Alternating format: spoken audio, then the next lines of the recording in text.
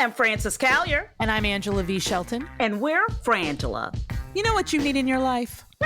The Final Word podcast. Yes, you do. That's right. It is the final word on all things political and pop cultural. Where we make real news real funny. Where we inspire you so you can #resist. Subscribe and get a new episode of the Final Word podcast each week. It's the news we think you need to hear. That's right. We think you need to hear it. Okay? Yeah, it's what we say so. That's right. And because all we do is give, every Thursday you can listen to our hysterical podcast, Idiot of the Week. We round up the stupid because you know what? Somebody has to. Okay. All we do is give.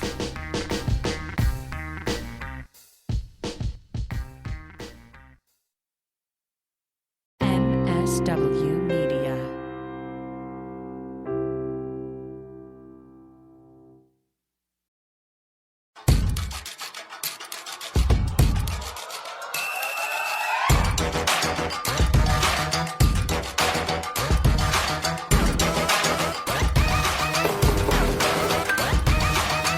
Feminist Buzzkills Live, the show that would never terrorize our fans by having a leaky Giuliani pop out of a costume.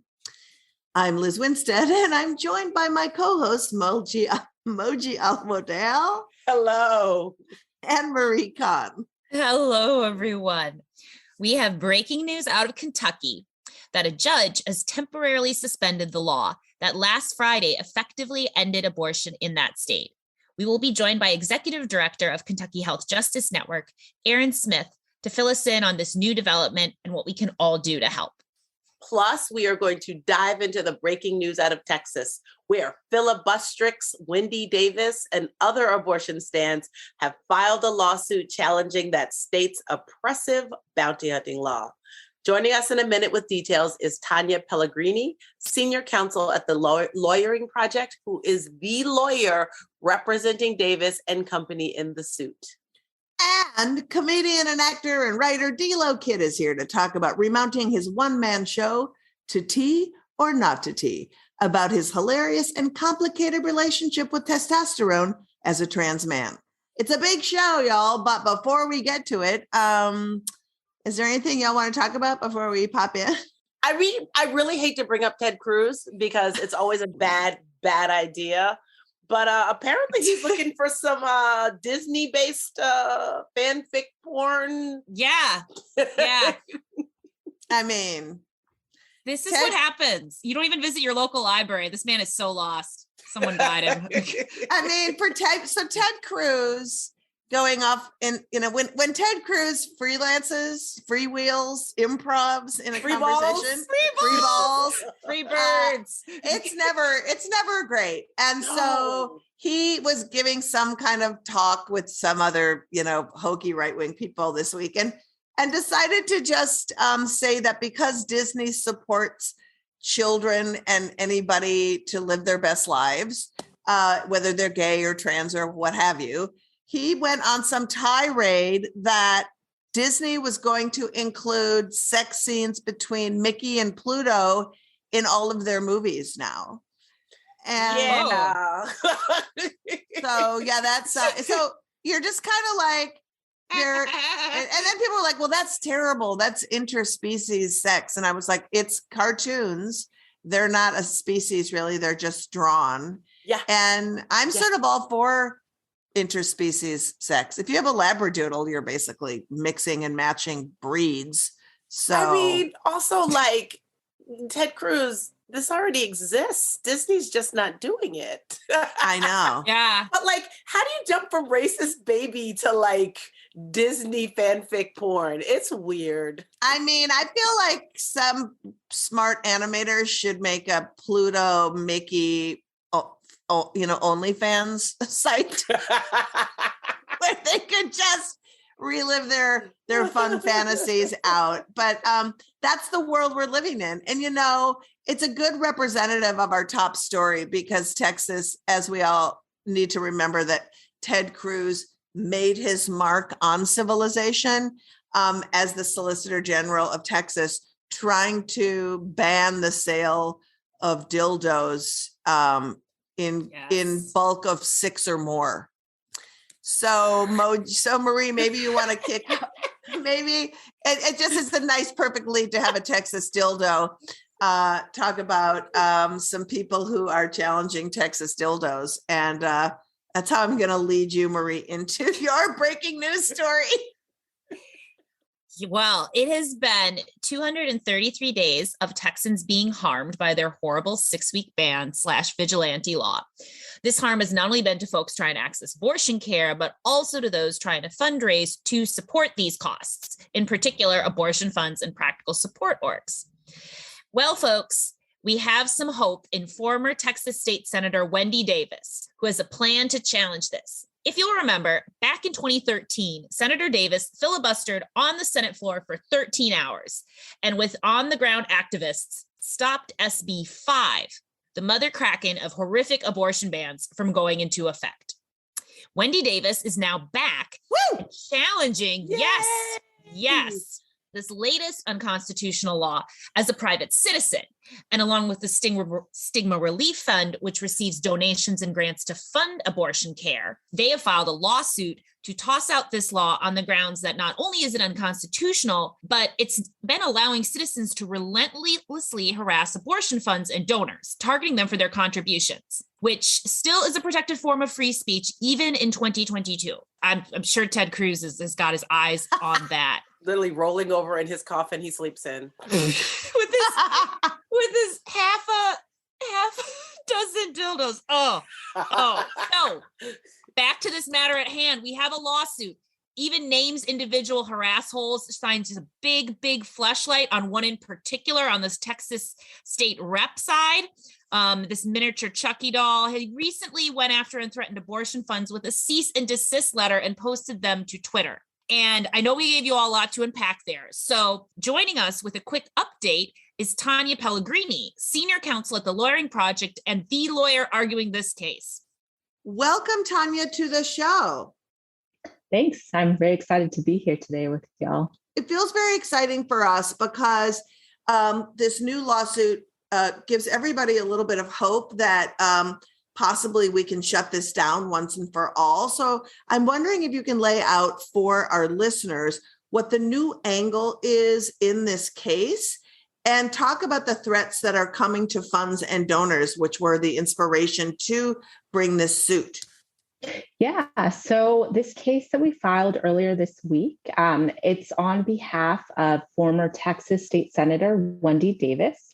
And it's also, we're joined by the Stigma Relief Fund, which is a fund in Texas. And we also have some donors that donate to the Stigma Relief Fund and that are also board members for Stigma Relief. And so the new angle with this case is that the prior SB 8 challenges had been against government officials and state actors, and these are actually against private individuals and one Texas representative who have been making threats publicly on social media and also taking actions with the court to sue abortion funds and practical support funds and also donors to those funds, and have been making threats on Twitter and other forums saying that donors can be sued. And so this lawsuit is really to challenge this behavior that is aimed at stopping people from donating to funds and to scare them with threat of lawsuits under SB 8. And so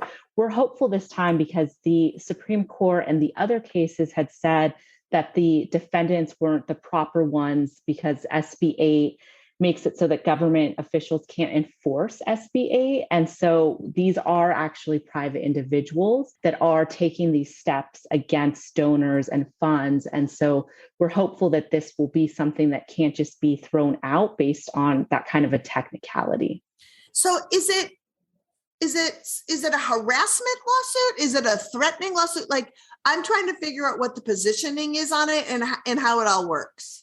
Yeah, so it's actually challenging the constitutionality of SB 8 itself. And so we're asking the court not to enjoin these individual people, but to declare SB 8 itself as being unconstitutional so that it will give abortion providers, some protection about what the federal courts have said about the law not being constitutional.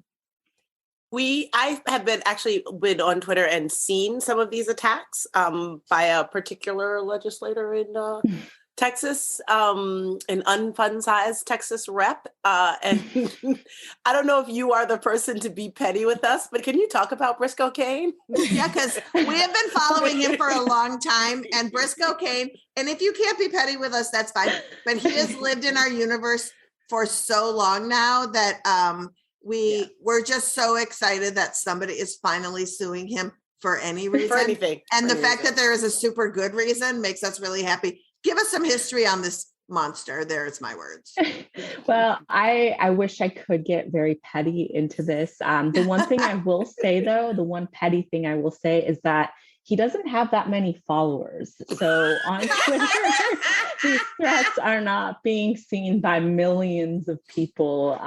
So that will be my petty comment there. But he has a history. I mean, we have footage of him in Austin in front of the Texas State House, standing with an organization called Abolish Human Abortion and screaming and threatening, honestly, what sounds like take up arms against abortion. And it's really terrifying. He's terrifying. Yeah, it is terrifying. And I think, part of the goal with this lawsuit as well, with the declaratory judgment that we're seeking, is to show that this behavior is not okay, this threatening of donors, threatening of abortion funds. And so, you're absolutely correct. It is terrifying. And so we're hoping that the court will say that SBA, is unconstitutional, and hopefully it'll help at least with the stopping the threats to donors and funds as well. Would you envision? I just want to point out that when you say donors, you're talking about people like you and I who decide to give money to abortion funds. Like, we're not even talking about major organizations with a lot of money. We're just talking about normal people who are like, shit in Texas is fucked up, and we would like to give our $20 to make it a little better. Right. Absolutely. It's just anybody who cares about stopping fucked up shit, like you said, and wants to donate money to these funds that do just incredible work that we know have been, moving mountains to make it so that people in Texas can access their constitutional right to an abortion. And so it's just everyone that donates to these funds that do incredible work to make this happen. Tanya, thank you so much. Before we close out, I just wondered if you wanted to give a quick sentence about the lawyering project as well, because I know this right now is a very defined component, and I know like all of your work supports abortion. Yeah, so at the Lawyering Project, we work with partners in states like Texas, Indiana, and Minnesota to challenge anti-abortion restrictions. And when I say partners, I mean, we work with the funds, as I said, that do incredible work. We work with providers themselves. We work with patients of abortion care.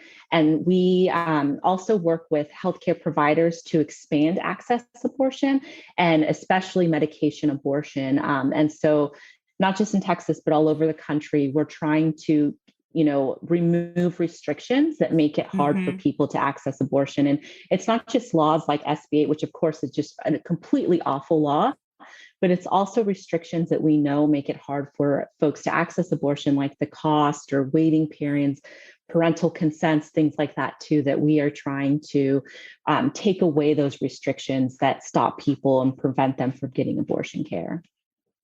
Hey, Tanya, one question. And also, by the way, if I'm not mistaken, the Lawyering Project is a 501c3, which means you can make a tax-deductible donation to the Lawyering Project. Am I right on that? That is correct. All right. And we will put the links for that also. But the one thing I wanted to ask before we go is, if this lawsuit succeeds, talk a little bit about what that means and the breathing room that it will give for other things, that because there's a lot of copycat laws we're hearing about, all that kind of stuff. I'd love to know what that would mean for all of those laws that are being passed as well. Yeah, absolutely. I mean, our ultimate goal is for providers to be able to provide abortion care and for people to be able to access abortions. And also, a bigger goal as well is, like you said, to show these other copycat states and to set these precedents that these kinds of laws are unconstitutional. And so we're hoping that it will have a much bigger impact, which we already know that the impact SB 8 has had in Texas is much broader than Texas, right? People have to travel out of state, and that's causing strains on other states and the resources there in terms of folks accessing abortion. And so we're really hoping that this will be a message that these kinds of laws are unconstitutional. And also, just that the Lawyering Project and a lot of other great organizations and people, we're not going to stop fighting. This is something that we care deeply about. And no matter what happens, we're going to continue to fight for people's rights. That is awesome. Well, thank you so much. And just quickly, where can people follow the progress of this case and where it's going? So on our website, they can go to the Lawyering Project's website, and we do press releases and updates on there as well. Awesome. And we will also be following it on our podcast and having it in our social feeds as well. Tanya, thank you so much for joining us. We will be following this closely, and we are so thrilled that you're right here. Thank you all. I really appreciate you having me on here and all the work that you do. So thank you. Thank you so much, Tanya. We'll be following the story closely. But now we're going to go over to Moji with some shenanigans in Kansas, where they want to amend the Constitution to basically erase women. Moj. Erasing women for the win. Legislators and the legislators in Kansas are out here literally trying to change their constitution in their effort to end abortion in the state. So currently, the Kansas Bill of Rights includes the right to abortion, rightfully, but we all know anti-abortion advocates are opposed to us having nice things. So they're trying to sneak in an amendment in the Constitution during a primary election in August because, let's be honest, who votes in August? Right. This new piece of douchery is called the Value Them Both Amendment. And they basically want to put in the state constitution that a fetus has the same value as a pregnant person carrying said fetus. So like if you value a fetus the same as you value a person carrying a fetus, then you have a really low value for people, right? Like I've never had a fetus take me out for coffee or give me a hug when I was feeling low. But I guess if you value them both, maybe you don't like hugs and coffee. Maybe you don't like people with uteruses. You definitely don't value people who can't afford to fly to New York or LA for basic fucking healthcare. So fuck you, Kansas. Also, these kind of bans, they like don't stand up. Like they happen because they'll like make up some stupid trap law and then they'll go to litigation and then in litigation, judges will be like, no, right to abortion stands in the Constitution because it's just a basic human right. Yeah, I know. Also, they tried this before in 2020, didn't they? And yes, it was called the Kansas No Right to Abortion in the Constitution Amendment. Yes. And then people were like, fuck off. So then they tried to call it the love them both or value them both or value them. Yep. Whatever fucking bullshit that they have to say about it. But, the one thing that I want to say that is interesting about this is we know that people overwhelmingly support people's right to abortion. And so these constitutional amendments, on the one hand, you're like, yeah, put it to the voters. Look how great it did in Colorado, right? Minnesota, like there's states that have codified it, but like, it's just so that's why they're trying to upend voting laws and have voter suppression so that people can't vote for these things that the people want, so that we can constantly have these lopsided legislatures that don't represent the will of the people. And I think it's really scary. And cynical. And truthfully, the people who vote in August are the people who don't go on vacation or who like don't have other things to do or who are not caring for their kids during the months that school's not happening. Like, or old people who want to get out of the house. I'm not going to lie. It's like, I'm not being ageist. I'm just saying old people vote in every election because it's a chance to go to split a hamburger afterwards. Yes. So, all those people are like super stoked that August 2nd, they get to go, vote. There won't be any lines. And this is why we have to remind everyone that abortion rights and voting rights are siblings and we have to fight for them all equally. And we have to remember that we can fight for abortion at the ballot boxes, that it matters. Every single election matters. I think that that's a good pivot because also we're gonna transition to our guest because Kentucky is doing this this fall as well, putting it on the ballot to the Kentucky voters. And our guest is going to talk about that along with all the other fuckery that's happening in Kentucky. So last Friday, the state of Kentucky enacted a series of laws that shut down all abortion care. And for the first time in 49 years, a state in this country went without an abortion provider. But ding, ding, ding, this law has been put on hold, like literally just now, and care can resume immediately. So joining us to break down this law and give us the updates on abortion access in Kentucky is Erin Smith, Executive Director of Kentucky Health Justice Network, a practical support abortion fund, a trans health advocacy program, and the organization leading the fight against this measure. Oh my gosh, Erin, thank you for being here with us. We just got such good news out of Kentucky. Why don't you break the news and tell us what's happening there? Yes, so the judge just put a temporary hold on Kentucky abortion law so we can resume abortion services here in the state. Yay!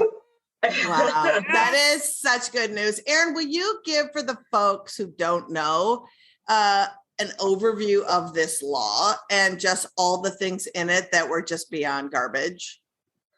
Yeah, so I always start by saying that HB 3 was passed because of override, right? A veto override. So our governor vetoed HB 3 and other hateful pieces of legislation that are coming out of Kentucky. There is a whole slate of them.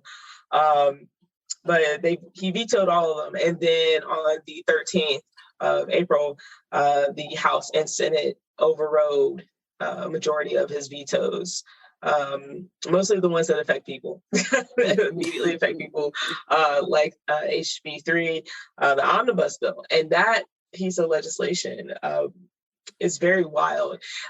There has been a pattern here of passing legislation without action plans. And it's leaving a lot of legislators and people in various cabinets and departments just like confused, not knowing how to comply, not giving any sort of sense of direction.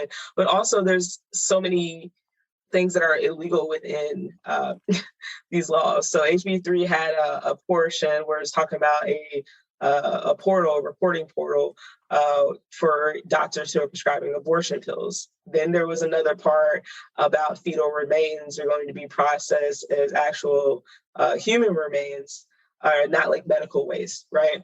So that means that morticians under HB 3 had a certain amount of time to process fetal remains and issue a death certificate for an aborted fetus, right? Then there was they wanted pharmacists to build a system that kind of kept track of all the abortion pills that were being distributed. It's just so many things. And there's a senator, we have a state senator here, Senator Berg, who is a physician, who has said many, many times and said, hey, this goes against what I do as a physician. We are putting, several other senators, we're putting religion and morality into law, which is what's happening, not just here in Kentucky, but in every other state where we've seen these battles go down, right? The few Democrats that we have in the Senate were, actually walked out the day that it passed, before it got vetoed. They walked out and they staged the walkout. And then when they left, it was a sweeping yes, because we do have a super majority here. Having a super majority it's extremely frustrating because even though we have, our governor who does, stand up for these rights and people, he gets shut out. He has, done what he can, but with our process and with, how laws are made and what people, the House and Senate can do to override a veto, definitely have been using that override heavy this legislative session. But we're still standing, and we're standing taller today. Before today, I spent a lot of time talking to press saying like, hey, we're basically going to be outsourcing abortion, which is something we had always done, but it would have been our only option. Because when clinics fill up here in Louisville, we have that's what we're left to doing. So for anyone who needs like a multiple day procedure or anything like that, we would have to send them to our neighbors in Ohio and Illinois. So that was becoming our only option. Our only option before today, before this news, was that we're going to have to outsource abortions. We're going to have conversations, and we're still going to have these conversations with our volunteers and our staff so that they can know that they're protected. We're getting calls from people who are just afraid, scared. Same thing with our Facebook Messenger. We're getting support, but we're also getting like some serious concerns and questions. A lot of people feel like every law that is coming out against abortion is going to be like the one in Texas, and it's not.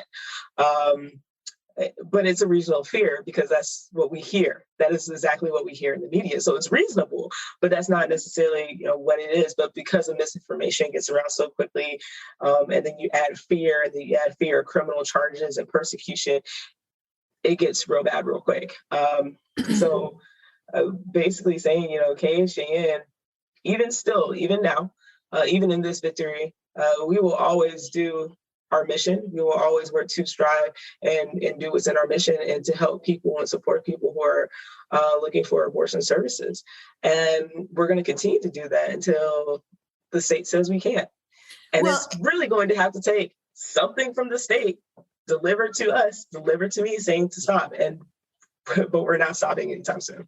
Well, Erin, I really want to dive into all the work you do in a second, but I also, before we continue, I want to really lay out for our listeners who, a lot of folks, because the media is so illiterate, it does exactly what you said, like they hear this information and they get scared.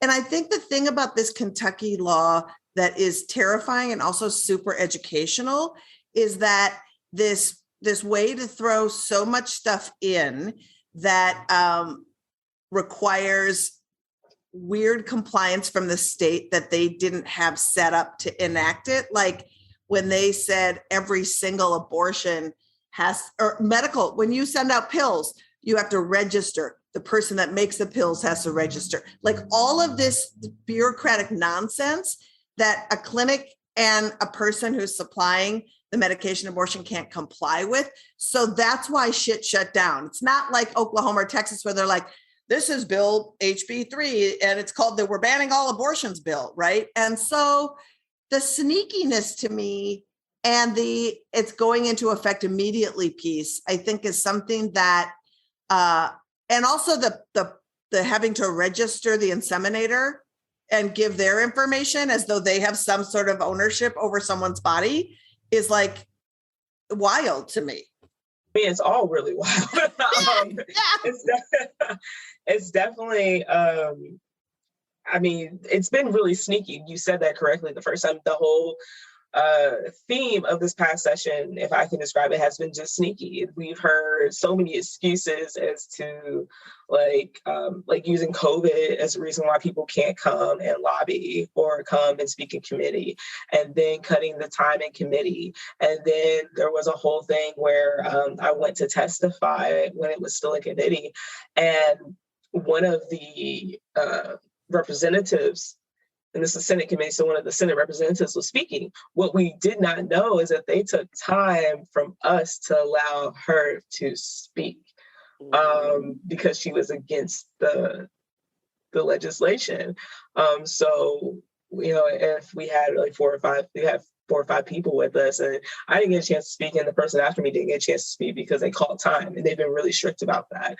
But the reason is tactics. The day of the override, they recessed for dinner, and then when they came back from dinner, HB 3 was the first one that they heard. So, we already know that's to stress out and wear out the demonstrators that were outside. I was actually at a conference, and I was explaining at the conference what was going on. I said, there's a chance that I am going home to a very different Kentucky than when I left. And that's what happened. And I knew it was going to happen while I was gone, but everything was already set in stone. And to be in a space where other people around you know what you're going through and know what's happening in your state, and then you all wake up the next day and it's the first thing you see on the news. It was an experience, but then I was there with some people from Florida too. So we both kind of had the same looks on our faces at the conference. Like, yeah, we're about to go home to this. Like, this is our work. This is our next 6 months has been planned out for us, basically, in one broadcast. And it was just really something to go through, to experience, to come home, to talk with my staff, to know that we have people calling in concerned, worried, scared, to know that our abortion clinic, our full-time abortion clinic at EMW, were going through their own process and their own grief. Not just for abortion, but the fact that they had lost a staff member, a very close staff member, a few weeks before that. So our grieving here was very, different. It was very like the loss of a family member type of grief. Mm-hmm.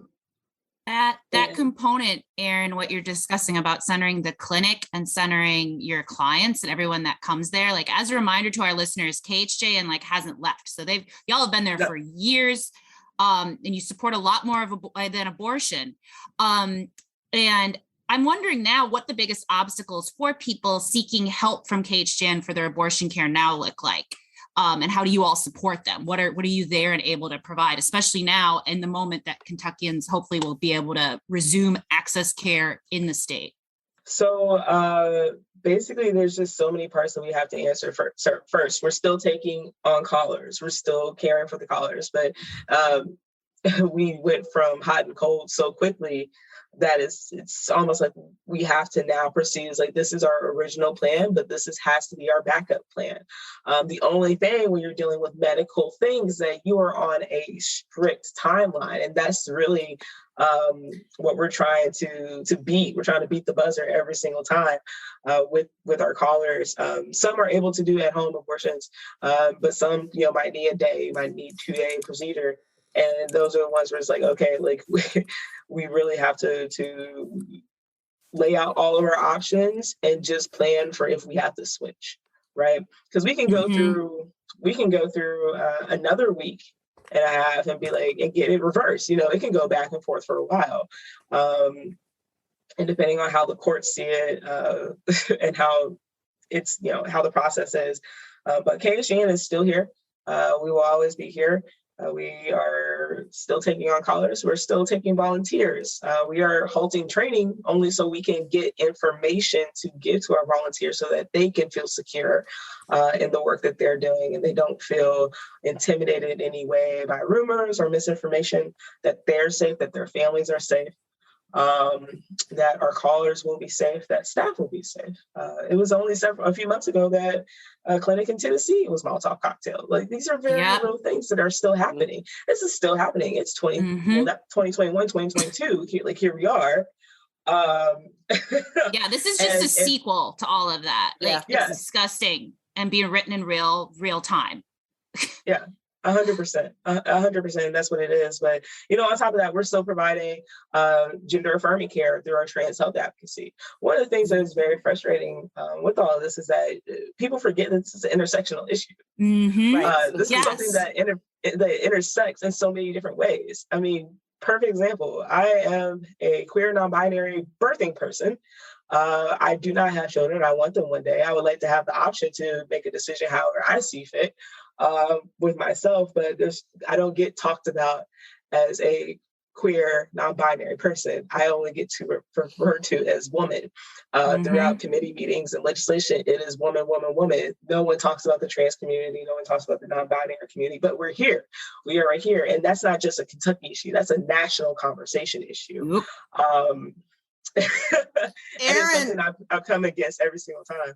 I wanted to ask you about that because with doing that kind of care, a lot of the people that we're talking to and clinics that we're talking to that do gender affirming care and other kind of care, they've been so bombarded because of the abortion care that care, it's hard to provide all this care because the clients that need abortions are just taking over and people are really worried about capacities for all kinds of care. How are you dealing with that?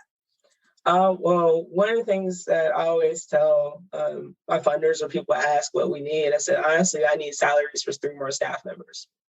And that's not just salary. We want to provide them with healthcare. We want to provide them with, the benefits that people deserve to not just be working, but to be working in these movement spaces, right?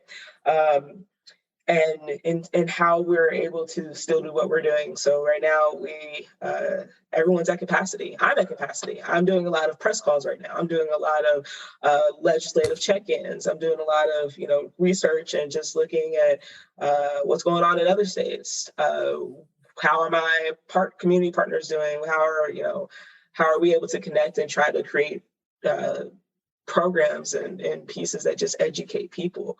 I'm a part of a coalition. I'm a part of Protect Kentucky Access, which is the coalition that has been formed to fight the ballot measure that'll be in November, right?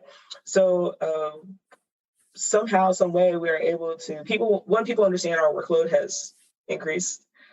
So people are patient, which I appreciate. We do have our trans health director who has been absolutely amazing. Pride is coming up. Prides are happening. Yes. They're actually happening in person this year. So we're getting ready for that.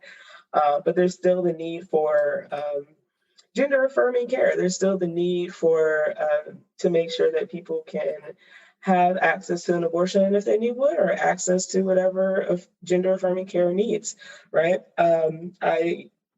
Not outside of myself, I do have other non-binary and trans people on my staff and my board, right? So anytime when I am in spaces and it is woman-centered, I'm obligated to speak up, not just for myself, but for all of them, for all the ones who don't get included in the studies or research. And that's a really real thing. You hear a lot of studies that are only based on cis hetero women.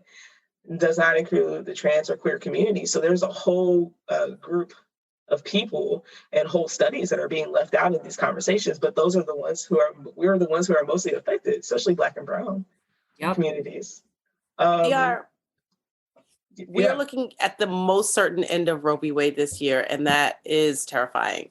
So what are the kind of conversations that you're having with your team and other abortion funds right now? What kind of plans are you making to weather the coming more intensified storm?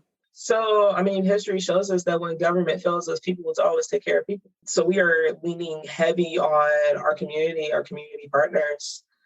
People are coming in and asking, what can I do? How can I help? Even the people who I've done interviews with as press, they're asking, how can I help? What is there that I can do? And of course, I would say share information, right? Mm-hmm. That is something that is the easiest thing for anyone to do. Share information, donate time if you have it, donate money if you have it. Because inflation is wild. So it's a very real thing. But with, KSJN and my other community partners, it's just, we've constantly have to be able to adapt and adapt quickly. We also have to be able to organize quickly and thoroughly organize, because there's nothing worse than trying to do something there's too many loose ends where it's more confusing than when you started, right? We are looking at large groups like Plan C, and are actually fortunate enough to be able to have a partnership with our conference, Take Root, which is every October, and Plan C, right? Plan C is huge in advocating to get at-home abortion pills delivered to your mailbox. Looking and seeing what they're doing. Can we do it in Kentucky? Looking at our laws and seeing other options to get people access here. And that's really what we're doing. That is really, we're also strategizing the timeline that we are given. I mentioned that we have a ballot measure in the fall. We also have to get through the summer. Ask you about that. So, what is this ballot initiative? Can you tell us a little bit about that? Oh, for sure. So this ballot initiative is essentially going to put a yes/no vote on abortion in Kentucky. And so, with all of that, it is, it's scary, because you see where the supermajority has tried to create a backup plan to the backup plan to the backup plan, right? So now we're looking at a backup plan with the Supreme Court, and then the backup to the backup plan with the ballot measure, right? And that's been insane. But the ballot measure is, protectkentucky.com, and fully spelled out Kentucky if you all go and look it up. But it's basically saying that, if this passes, if it is supported through the amendment, we will see our constitutional rights just completely vanish. And no matter how many times you can try to argue logic, we are clearly dealing with a state legislator that does not care about logic or science or biology. Or truthfully, even the Constitution, because I've been looking at these constitutional ballot initiatives, and it's like they have them because the Constitution, essentially, whenever it comes up, they're like, "Oh yeah, the right to abortion is protected," and then they're like, "Well, we can't have this, so let's just remove it from the Constitution and let's ask the people who show up at random elections to do it with us." Yeah, but I also feel like. I was just going to say quickly. I also feel like this is why we desperately need to work with voting rights advocates, because if they're going to put this on a ballot and they're trying to suppress the vote because they know that the majority of people think that other people deserve access to abortion, like this is the way. We were talking about it earlier in the show. This is the thing that we feel so afraid of with these constitutional amendments. It's like we can, because a lot of times it's like, do you feel, Erin, that your legislators reflect the people of Kentucky, or is Kentucky skewed like everybody else, where it's just like a bunch of goons, and then the state thinks another way? Oh, absolutely not. Absolutely not. I think that our state legislature only has like the supermajority right now is just because those are the people they were able to get to vote. Right. Yep. Kentucky was real hard in riding that Trump wave. And one of the things that always bothered me was that because we have not, as a state, put more money into education, accessibility to healthcare, we do not have a statewide sex education program. We still have parts of Kentucky that does not have clean, safe drinking water. And we know that internet's a privilege, right? There's even parts of my city where the signal just is horrible and you can't get anything and it goes dark, right? But that's what they took advantage of. That's where people took advantage of just the lack of education and in keeping it so intentionally. Yep. To intentionally keep people disenfranchised and educated. And that was how, we won. Now, I'm not going to say that's just the only reason how. Other mistakes that I can see was that, there was not enough of care or attention put into the candidates. We also have a state that's full of Dixiecrats who say that they're Democrats, but they do not support the full Democratic Party platform. It's too liberal. Yeah.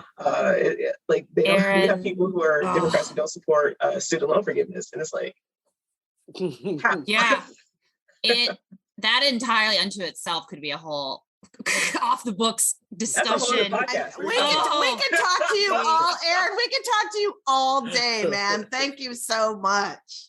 Yes, thank you for joining us. We want to remind folks, if you want to support the work of KHJN, you can donate at KentuckyHealthJusticeNetwork.org. And as Erin mentioned, visit protectkentucky.com and learn about this ballot initiative that is so targeting and so horrific that the state is facing. Again, thank you, Erin.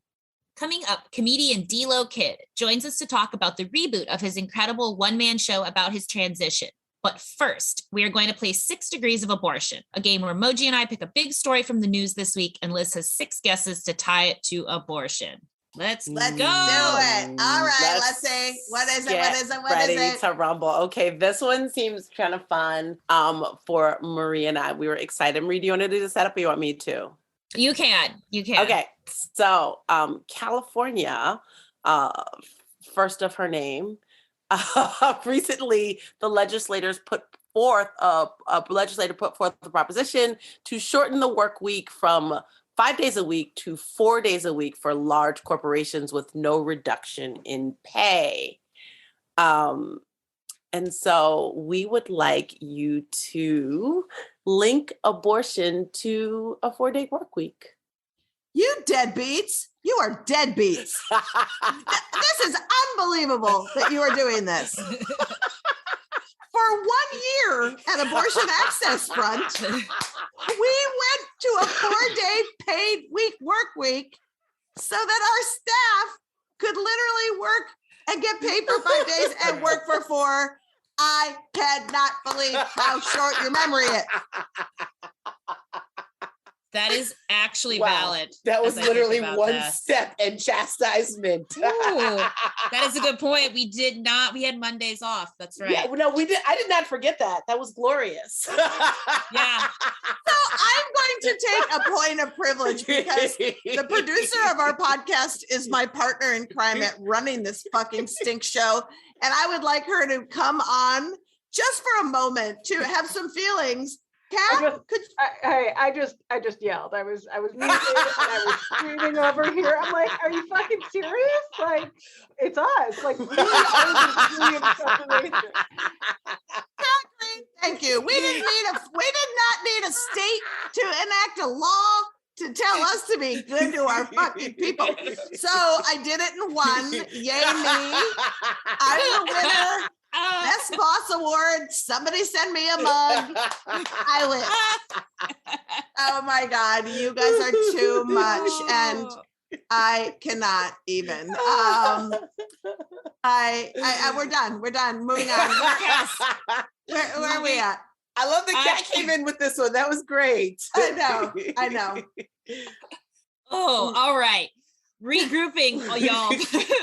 Before we dive in with D'Lo, we couldn't bring you today's episode of FBK Live without our wonderful sponsor, Baby Dropbox. Hey, do you ever worry about not having enough space in your life for an accidental pregnancy? Constantly. Well, worry no more. Baby Dropbox is here. Baby Dropbox is the perfect way to anonymously dump the baby you were forced to carry to term after Roe is overturned. Wait, doesn't that just make you state-mandated potting soil and the baby someone else's problem? All while supporting a problematic system of abuse, exploitation, and neglect? That's the idea. Simply visit your nearest Baby Dropbox and drop that baby in like it's 1997 and your VHS of Twister is 2 days past due. Look for Baby Dropbox outside your local church or fire station. Don't forget to tell them Amy Coney Barrett sent you. I like the reference to Twister. Yes. Because truthfully, Be Kind, Rewind is technically what we're saying when we support abortion. Yes. So I'm just saying. Even in the condition you found it, motherfucker. Oh my God. Baby Dropbox. We have the best sponsors. Oh my God. This show has been off the rails, but fun. Okay, I'm going to get to our guests because sometimes, honestly, you just got to book your friends on your podcast if you ever want to talk to them. And today we are so excited to have actor, writer, comedian, Tamil Sri Lankan badass, and vocal abortion stan, D'Lo Kid. Woo!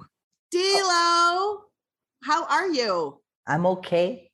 You know how I'm doing. How are you doing, Liz? How are you feeling? You know, I feel like it's always a dance in a way where I don't know what the solutions are, but I know that hopefully by doing inspiring work that people will want to drive towards them and drive towards support and drive towards sort of demonizing terrible people and demonizing terrible ideas and then inspiring them to like just be part of a group of people that actually care about humanity. Yeah. So, yeah, you're doing it. You're basically the shining example of that work. I'm trying, my friend. Oh, I'm trying. You're doing a good damn job. So I cannot wait to talk to you about the reboot of the show and about like just working in right now in a time where there's just seems to be a lot of not great things going on. But honestly, we have to talk about, well, Moji's really excited. Oh my gosh. So we saw a clip of you at Oscars night at the museum where you were like, oh shit, I had something scheduled, but now the slap just happened. Oh my God. And like, can you tell our audience like what was going through your mind? A, what happened? And then like what was going through your mind? Yeah. So the way that they had set it up is that while it was at the Academy of Motion Pictures, and they were doing a live stream of the Oscars, and like over 1,000 people had already signed up for this thing, right? So they had been like, because they were like, you know what, we just want to ride this really tight. And, you know, sometimes first time producers, because this is the first time they're doing it, they were like, we want it to be like y'all come in during the commercial breaks and y'all do bits and then you go. So there were 4 of us and each of us had 2-minute slots. Each of us had 2 slots, 2.5 minutes long. So I do my first bit and I'm just, rapping with the crowd. We're having a good time. I kill it. I feel like, oh, I killed my 2.5 minutes. I'm about to do this next one. And I was like, just chilling.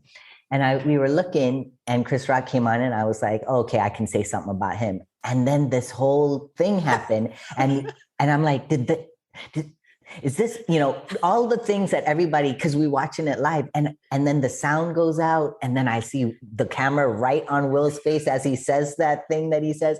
And I'm like, oh my good God. And I'm like, what do I do? And I've had jokes about Will and Jada just being like the biggest polyamorous couple ever. And that they just, they could probably write the books.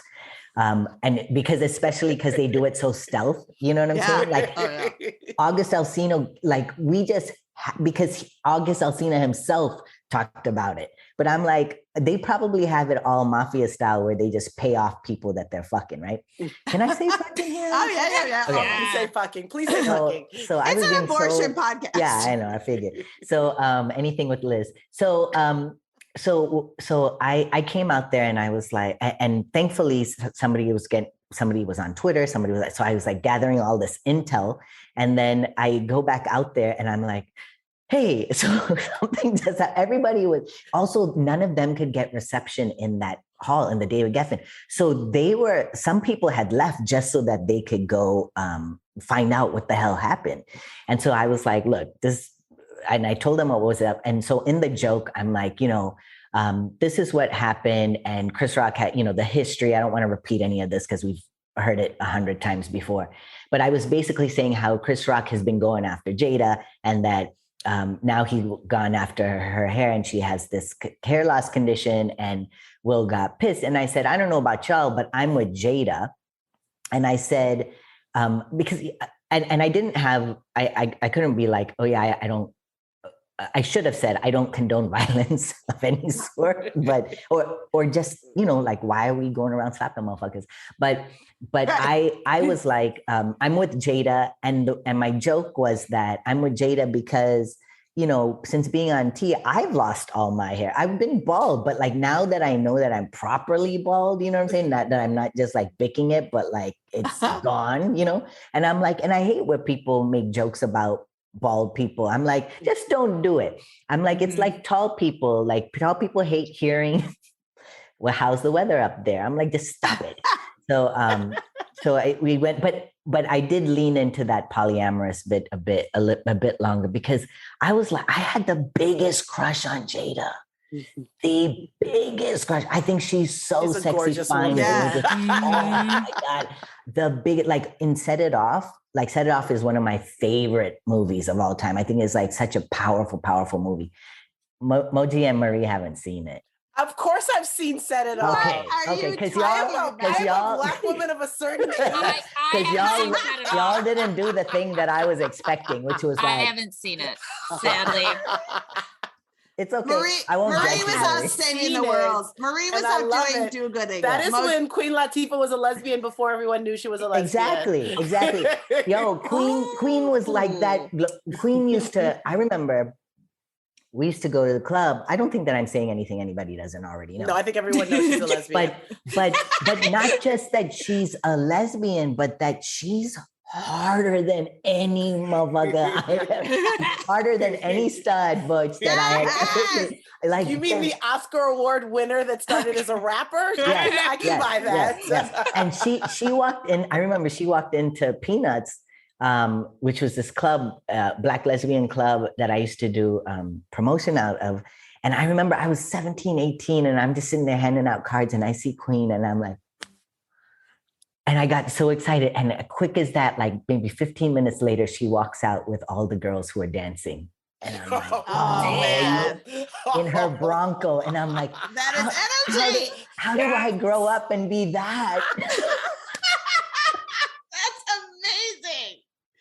No, I mean, man. Jada is Like Jada I'm a real Simplefly. sucker for dark skin and light eyes. Like that light eyes thing is like that piercing light eyes thing is very incredible. So This is telling us her fetish. And Yes. this is why you got on the team, Moji.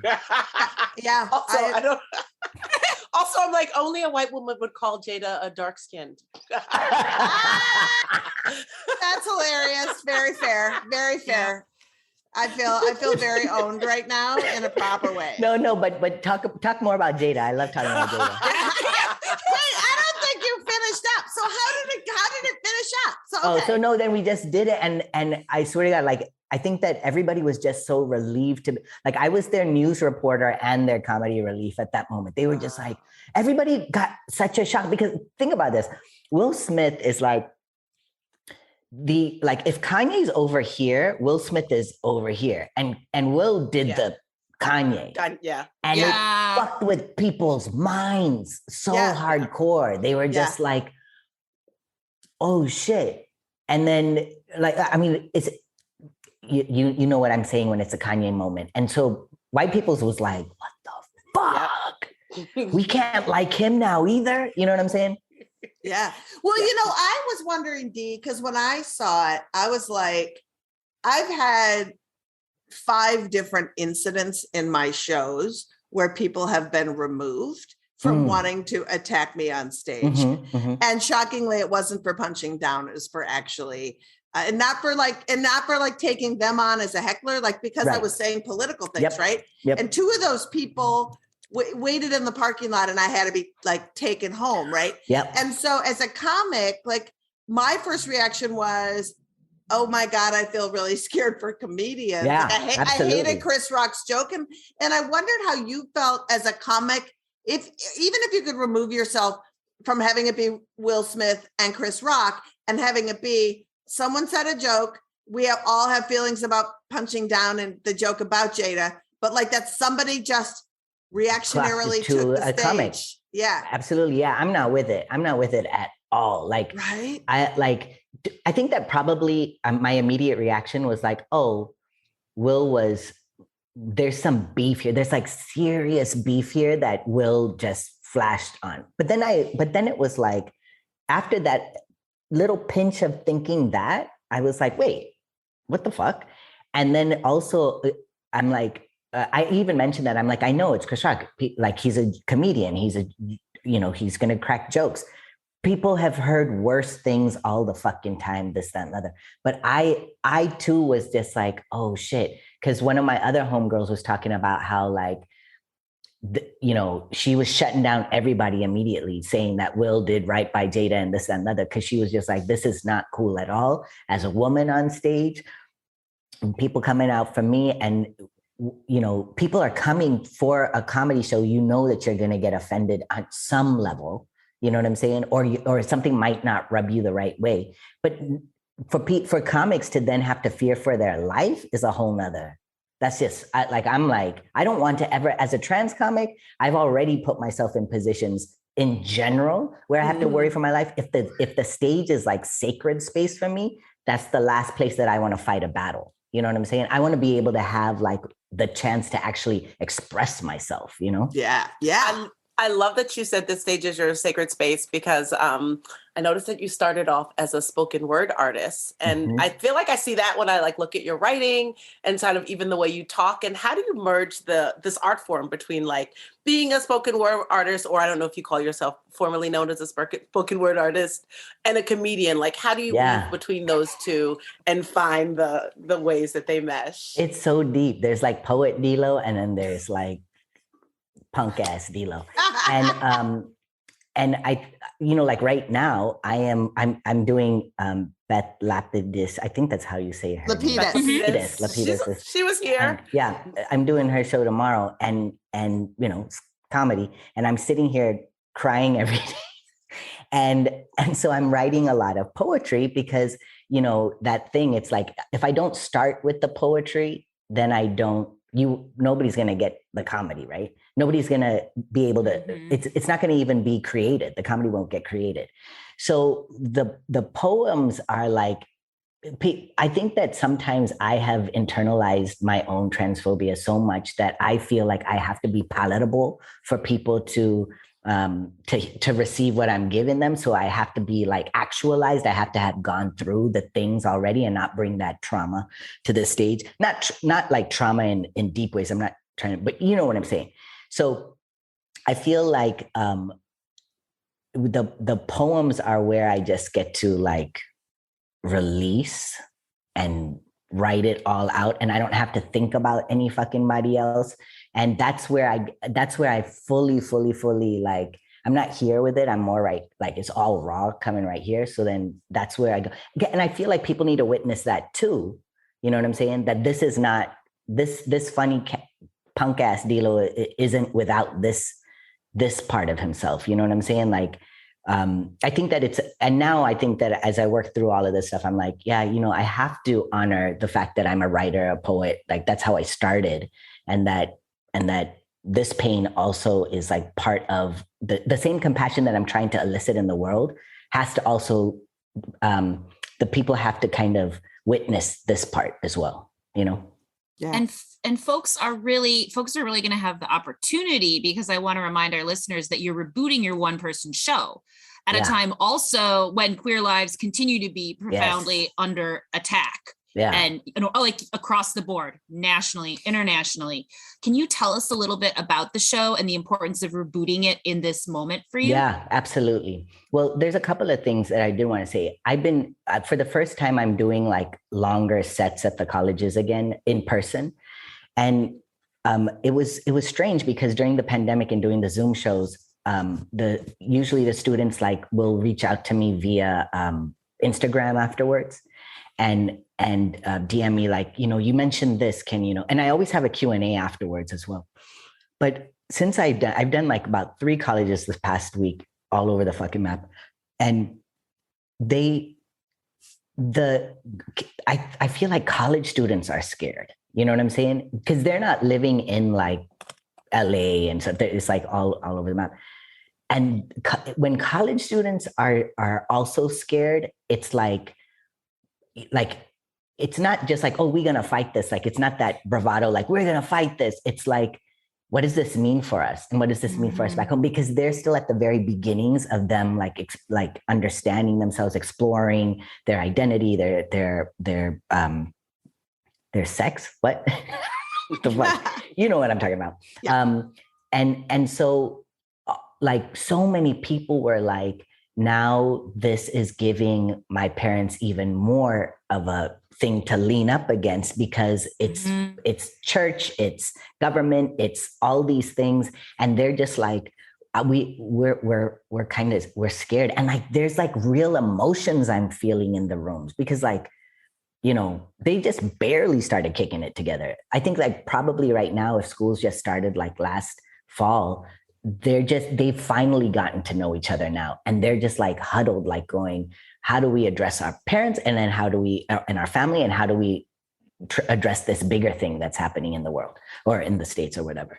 So all of that to say that this journey, this is the second of a trilogy. And it's the first time that I have been, like, I've been in LA forever but touring, but this is like, to have the Kirk Douglas Theater to have Center Theater Group recognize me as a LA based theater artist is like such a big fucking thing. Yeah. So, unfortunately the schools aren't in session, but like, this is a show obviously for everybody, but it's really tracking like the decisions to come into, taking testosterone, but like, through my relationship with my father. And it's about, like, we talk about toxic masculinity all the time. This is me really trying to talk about like, what does beautiful masculinity look like? Especially that I was raised by TERFs, you know what I'm saying?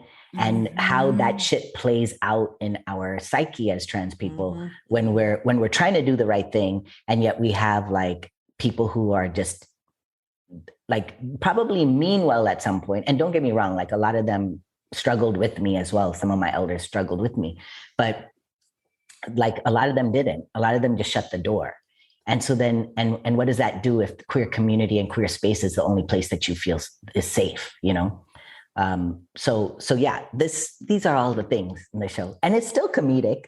I mean, it's so funny. I remember when I saw you, we did a benefit together in Tennessee, and it was right when you were starting tea, and you were like, "I'm out of my mind." Yeah. And I was like, "Go for it!" And so I'm so glad that you were like, "I'm really trying to work this out for myself. I'm really trying to figure out. I'm a man, and I don't want to be toxic, and I'm trying to figure it out, and what is happening." Like, so I'm so glad that you have put it out for people to go on a journey with you. I think it's really awesome. And I'm so excited. It's a fun show. When you should come out during the summer and come and check it out. And also it's like the biggest thing to happen in my solo career. You know what I'm saying? So I'm like, all the homies just come out. Yes. Everyone should all come out. Marie, act like there's no pandemic. Yes. Thank you so much, D-Lo. You can check out D-Lo on all the socials at DLocalKid and find tour dates and info for his show To Tea or Not To Tea up at the Kirk Douglas in Culver City, California theater in June. Go to DLocalKid.com for tickets. Oh my gosh, Dee, thank you so much for joining us and for always being just here and amazing. I love y'all. I'll talk to you soon. Love you, friend. And thank you again, Erin Smith. You can follow Kentucky Health Justice Network on Insta and Twitter, KY Health Justice, and Facebook, Kentucky Health Justice Network. And thank you, Tanya Pellegrini from the Lawyering Project for bringing us that great information about Texas and giving us hope. And thank you for listening. That is our show. We are so thrilled you are here. FBK Live is edited by Remy DeTournay and is produced by Abortion Access Front. Subscribe, write a review, give us 5 stars, do all the blah blahs, because it's the best way for our podcast to reach more people. And by doing so, you're actually being an activist and helping people learn about this assault on abortion access. And to keep up with all the latest repro news between episodes, follow us on social at Abortion Front on Twitter, Instagram, Facebook, TikTok, and YouTube. Email us at podcast@aafront.org. We want to hear from you. If we read your email on air, we will send you a shirt. And I'm mobbing Moji for crop tops. Woo, woo, woo. Activism alert. Save the date, July 17th, for Operation Save Abortion.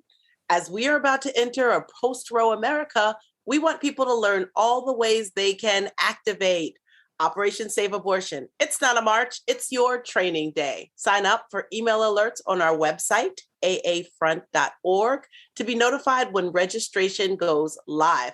And while you're there, grab some cool merch, maybe those crop tops that Marie's talking about that don't exist yet. And watch out for next week. We have a great show with guests Cece Caruso and Amani Wilson-Shabazz from Plan C, coming to talk about the wonderful world of abortion pills and why we should all be evangelizing for them.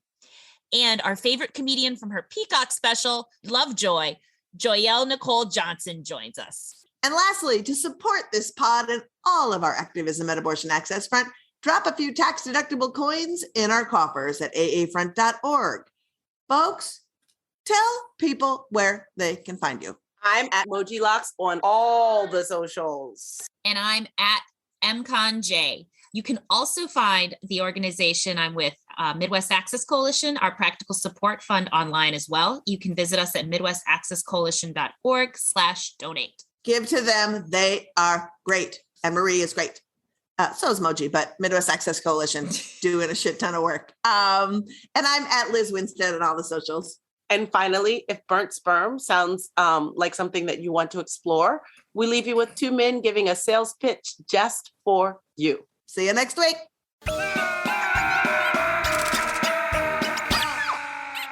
You want to optimize and take it to another level, expose yourself to red light therapy. Yes. And the Juve that we were using in the documentary, there's a massive amount Which is testicle tanning. It's testicle tanning, but it's also full body red light therapy, which has massive amount of benefits. And there's so much data out there that isn't being picked up on or covered. So obviously half the viewers right now are like, what? That's testicle tanning? That's crazy. But my view is, okay, testosterone levels crash and nobody says anything about it. That's crazy. So why is it crazy to seek solutions? It's not crazy to seek solutions. And I think I was recently exposed to a term called bromeopathy. And I think there's a lot of people out there right now that don't trust the mainstream information. Feminist Buzzkills Live, the podcast from Abortion Access Front.